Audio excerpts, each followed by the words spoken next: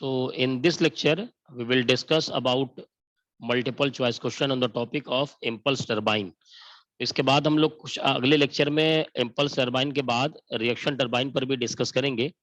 तो चलिए स्टार्ट करते हैं. First question is an impulse turbine is used for. तो इम्पल्स टरबाइन को किस लिए यूज करते हैं? High head of water, option B medium head of water, low head of water जहां पर हो, या फिर हाई डिस्चार्ज के लिए यूज करते हैं. तो जहां हाई हेड ऑफ वाटर होता है वहां पर हम इस इम्पल्स टरबाइन को यूज करते हैं. Second question, in an impulse turbine steam is expanded in moving blade. Option B, steam expanded in nozzle only and their heat and pressure drop. Steam expand in both fixed and moving blade. And option D, steam not expand in impulse turbine. तो सही मायने में जो steam का expansion होता है वो तो नोजल में होता है जाकर के, उसमें है ना, इम्पल्स में. Question number 3, mechanical efficiency of an impulse turbine is. तो इम्पल्स टरबाइन का मैकेनिकल एफिशिएंसी कैसे कैलकुलेट करते हैं, उसका फॉर्मूला क्या होता है? Ratio of work done on wheel per unit energy of the jet, या ratio of energy of the jet per unit work done. Option C, ratio of actual work available at turbine per unit energy imparted to the wheel. हाँ, तो ये option C is the right answer, लेकिन आपको बाकी option भी देखने जरूरी है. सो ऑप्शन डी क्या है? Ratio of energy imparted to the wheel per unit actual work. तो ये ऑप्शन सी सही होगा, क्योंकि ये एक रेशियो होता है किसका? जो वर्क डन अवेलेबल हो रहा है हमें टरबाइन पर आउटपुट में, वो अपॉन जो एनर्जी हमने इम्पार्ट किया है व्हील पर. ठीक है, तो option C is the right answer. Question number 3 complete हो गया. आइए आगे बढ़ते हैं क्वेश्चन नंबर 4, 5 और 6 की तरफ. So question number 4, impulse turbine is dash flow turbine. कौन सा फ्लो होता है? Axial flow, radial flow, tangential flow, या option D radial plus axial. तो सही मायने में इसमें क्या होता है? टेंजेंशियल फ्लो होता है. तो option C is the right answer. Question number 5, which of the following is an impulse turbine example. तो इनमें से कौन सा इम्पल्स टरबाइन का एग्जाम्पल है? कैप्लॉन, पेल्टन. तो पेल्टन व्हील टरबाइन ही क्या होता है? वो तो इम्पल्स टरबाइन होता है. ये तो ऑप्शन बी होगा ही होगा. नेक्स्ट सी, फ्रांसिस टरबाइन, ये भी नहीं होता. D, all of this. तो सिर्फ पेल्टन व्हील ही है, तो ऑप्शन बी क्या होगा? सही आंसर होगा इसमें. तो क्वेश्चन नंबर 5 कंप्लीट हो चुका है. आइए आगे बढ़ते हैं. क्वेश्चन नंबर 6, 7 और 8 देखते हैं.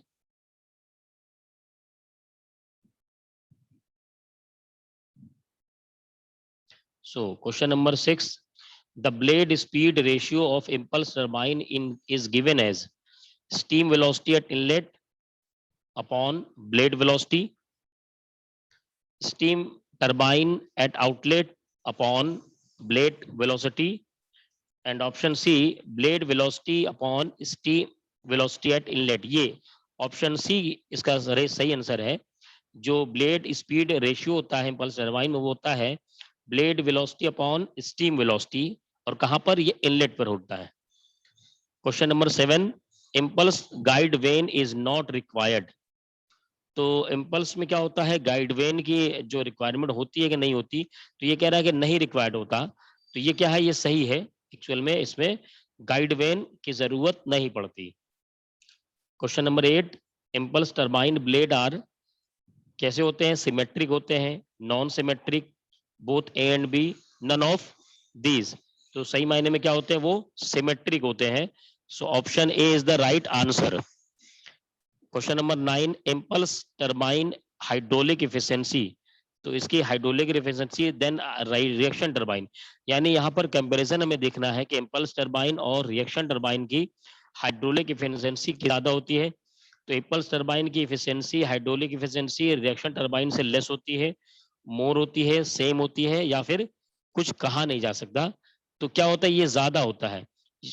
सो क्या होगा कि hydraulic efficiency of impulse turbine is greater than reaction turbine. तो ऑप्शन बी राइट आंसर होगा.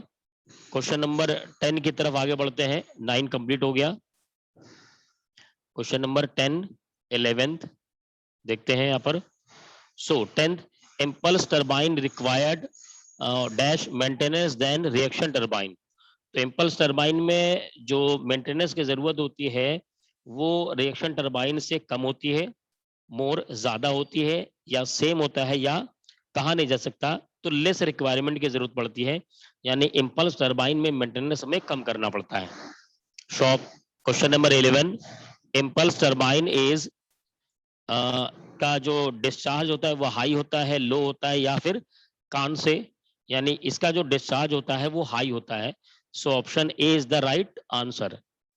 क्वेश्चन नंबर 11 कंप्लीट हो गया। आगे बढ़ते हैं क्वेश्चन नंबर 12, 13 एंड 15 की तरफ।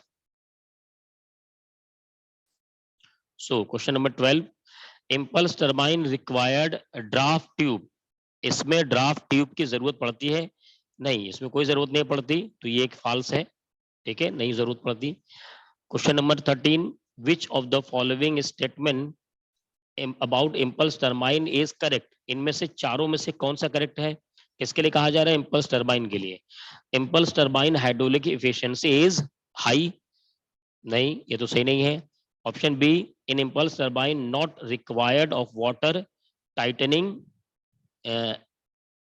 केसेस। तो ऑप्शन सही लग रहा है। और ऑप्शन सी देखते हैं, in impulse guide vane not required, ये भी सही है। तो देखिए यहाँ पर ऑप्शन डी है, ऑल अबव स्टेटमेंट ट्रू। तो दो तो हम कंफर्म कह रहे हैं कि ये सही है ही। अब तीसरे के लिए हमें क्या है, कंफ्यूजन है। तो जब दो सही है तो या तो दो का ऑप्शन दिया होता है यहाँ पर, या फिर इसने जब ऑल अबव स्टेटमेंट सबके लिए सही कह रहा है तो ऑप्शन डी क्या होगा, सही आंसर होगा। So option D is the right answer, है ना। ऑप्शन डी सही हो माना जाएगा, क्योंकि हम दो के लिए तो श्योर है ही, तीसरे के लिए श्योर नहीं थे। तो तीसरे के लिए अपने आप जो है चौथा ऑप्शन हमें दिख जाएगा उसके लिए।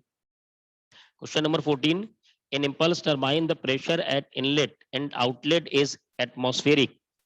तो इनलेट और आउटलेट पर जो प्रेशर होता है एटमॉस्फेरिक होता है इम्पल्स में, सही बात है। तो ऑप्शन ए सही आंसर इसका है। Question number 15, the reheating of steam in turbine. Turbine में जो ही रीहीटिंग करते हैं उस क्या होता है, उससे increase the work done through the turbine, उससे वर्क डन इंक्रीज हो जाता है, या फिर increase the efficiency of the turbine. तो ये दोनों ऑप्शन सही लग रहे हैं मुझे तो, है ना। Reduces wear on the blades, option C doubtful है, लेकिन ए और बी तो करेक्ट लग रहे हैं। ऑप्शन डी क्या कह रहा है, ऑल ऑफ द अबव, तो ये सही होगा ऑप्शन डी। इस तरीके से मैं मतलब एक अगर हमें तुक्का लगाना भी है तो अपनी श्योरिटी को आपको देखना पड़ेगा कि कितने ऑप्शन के लिए आप श्योर हैं।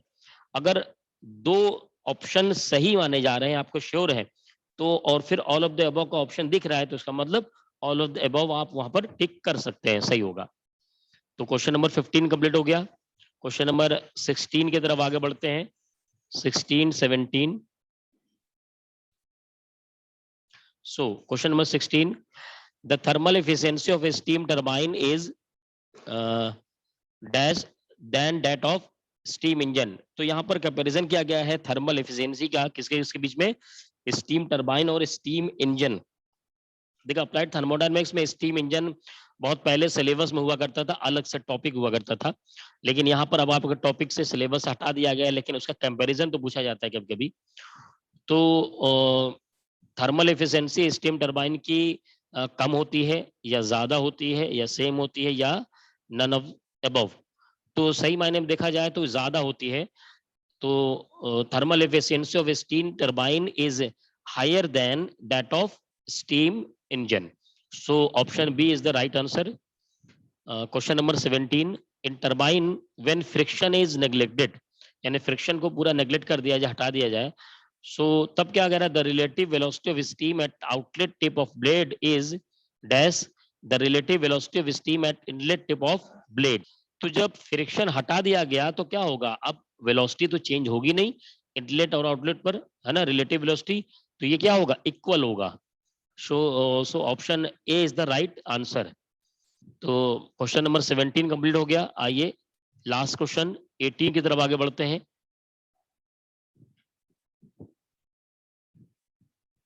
Question number 18, the blade friction in the impulse turbine reduces the velocity of steam. जैसे अभी डिस्कस हुआ था ना कि फ्रिक्शन अगर खत्म है तो उसका वेलोसिटी तो डिक्रीज करेगा नहीं, लेकिन इसमें कह रहा है कि जो फ्रिक्शन होता है उस फ्रिक्शन की वजह से इम्पल्स टर्बाइन में वेलोसिटी ऑफ स्टीम डिक्रीज होता है, और ब्लेड के ऊपर जब गुजरता है तो वो कितना डिक्रीज होता है। तो एक्चुअल में सही तो वो जो डिक्रीज होता है वो 10 to 15% होता है। सो option A is the right answer. 10 to 15% जो वेलोसिटी ऑफ स्टीम है ब्लेड पर गुजरते वक्त डिक्रीज हो जाता है because of the blade friction. तो ये 18 मोस्ट इंपॉर्टेंट क्वेश्चन थे इस टॉपिक पर, इम्पल्स टरबाइन पर। नेक्स्ट लेक्चर पर हम लोग डिस्कस करेंगे रिएक्शन टरबाइन पर, कुछ मल्टीपल चॉइस क्वेश्चन को देखेंगे वहां पर हम।